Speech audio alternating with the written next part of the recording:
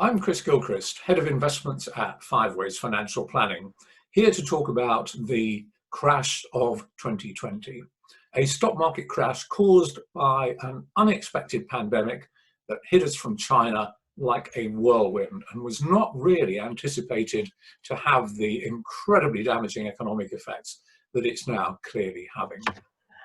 It was an astonishingly fast crash in the stock markets.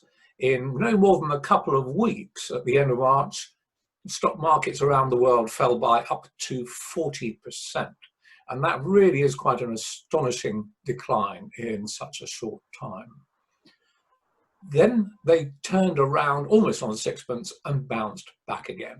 And globally, stock markets have recovered almost half the falls, in some cases more, that they saw in March. So we've had a very sharp fall, a very sharp recovery as stock markets anticipate that governments will get to grip, will control the pandemic, and that there will be a global economic recovery pretty soon. So let's discuss the implications of some of that. And one of the things we can do is to refer to history. Hello, everybody. My name is Phil Case. I was recruited by FiveWays 7 years ago to be their independent financial consultant on the investment committee. My background goes back almost as long as Chris Gilchrist. I was recruited by the investment department of NatWest in July 1974, when my superiors told me it was the bottom of the stock market.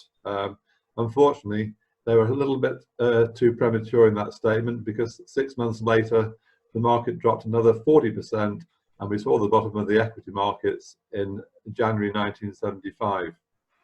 But that didn't prove to be the bottom for bond markets. In fact, the fun and games in the bond markets had only just started to begin. As Phil said, 2008 was a financial crisis. And in a financial crisis, what the authorities do is they inject money into the financial system. So all the support and all the money that was created as a result of the crash of 2008 went into supporting the financial system, and especially the banks. It didn't go to people, it didn't really go to businesses, and therefore the money wasn't actually spent. So there was no inflationary pressure as a result of the 2008 financial crisis. It supported asset prices, it supported banks, it didn't support real economy spending. The pandemic is different because the government response has been predominantly fiscal rather than monetary. Yes, the banks have been told to loosen policy, lending policy, and lend money. But the real action is governments putting money in people's pockets, paying furloughed employees, giving grants to businesses, giving indeterminate loans to businesses, so that businesses and individuals have money to spend. And the difference between now and 2008 is that those individuals and those businesses are very likely to spend the money. So there will be spending power going into the economy, and the chances are that at some point that will cause inflation to rise again.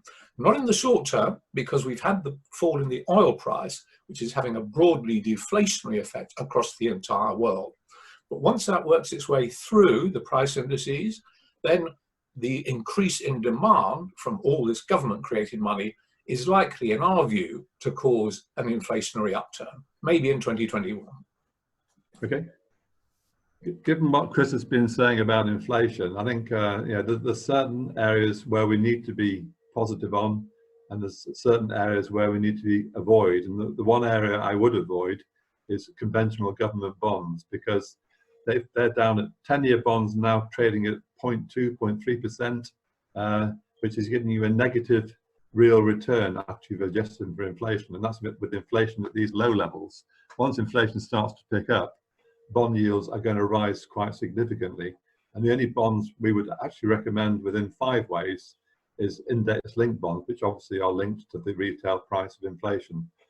But there are other areas within the low risk arena of the fixed income market that we need to look at. One we particularly like is infrastructure.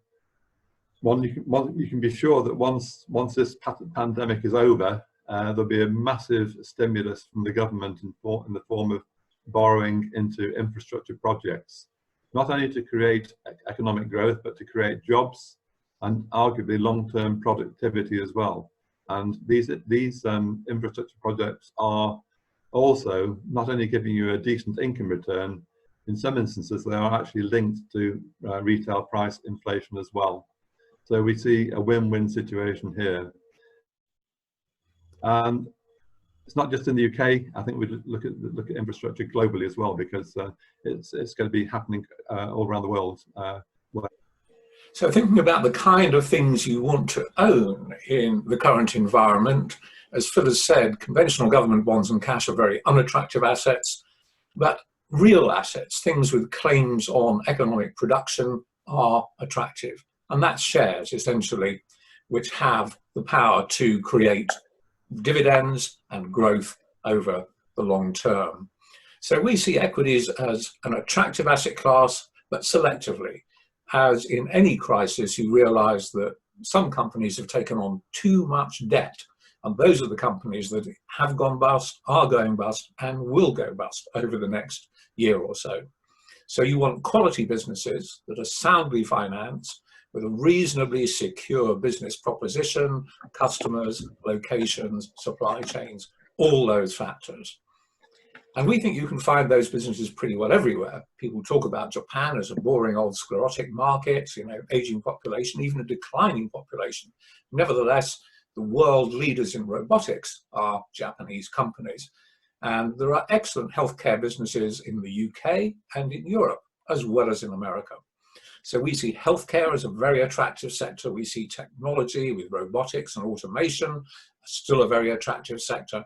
And we see that in the UK in particular, the small and medium-sized businesses, which are possibly the cheapest asset class in the world, in the long term, having very good potential for investors. What we really have to be careful of is the macroeconomic numbers that are going to be coming out over the next few months. I mean, clearly we've had a bad GDP number for the UK in the first quarter, and that only included 1 month of the coronavirus. It's fairly safe to assume that the Q2 number will look pretty awful. But looking beyond that, I mean, I saw some very interesting figures last week where 2020, we're going to see contractions globally of quite significant numbers. But bearing in mind that 2021, there'll be a massive rebound in numbers, obviously from a lower level. In the meantime, unemployment numbers are going to pick up. We're seeing some pretty horrific numbers in the States. But again, markets look through these factors, and it's important to look about what's going to happen rather than what is actually happening. I think we've already discussed inflation. We know inflation is going to go up. At some point, they're going to have to do, the government's going to have to do something about controlling inflation.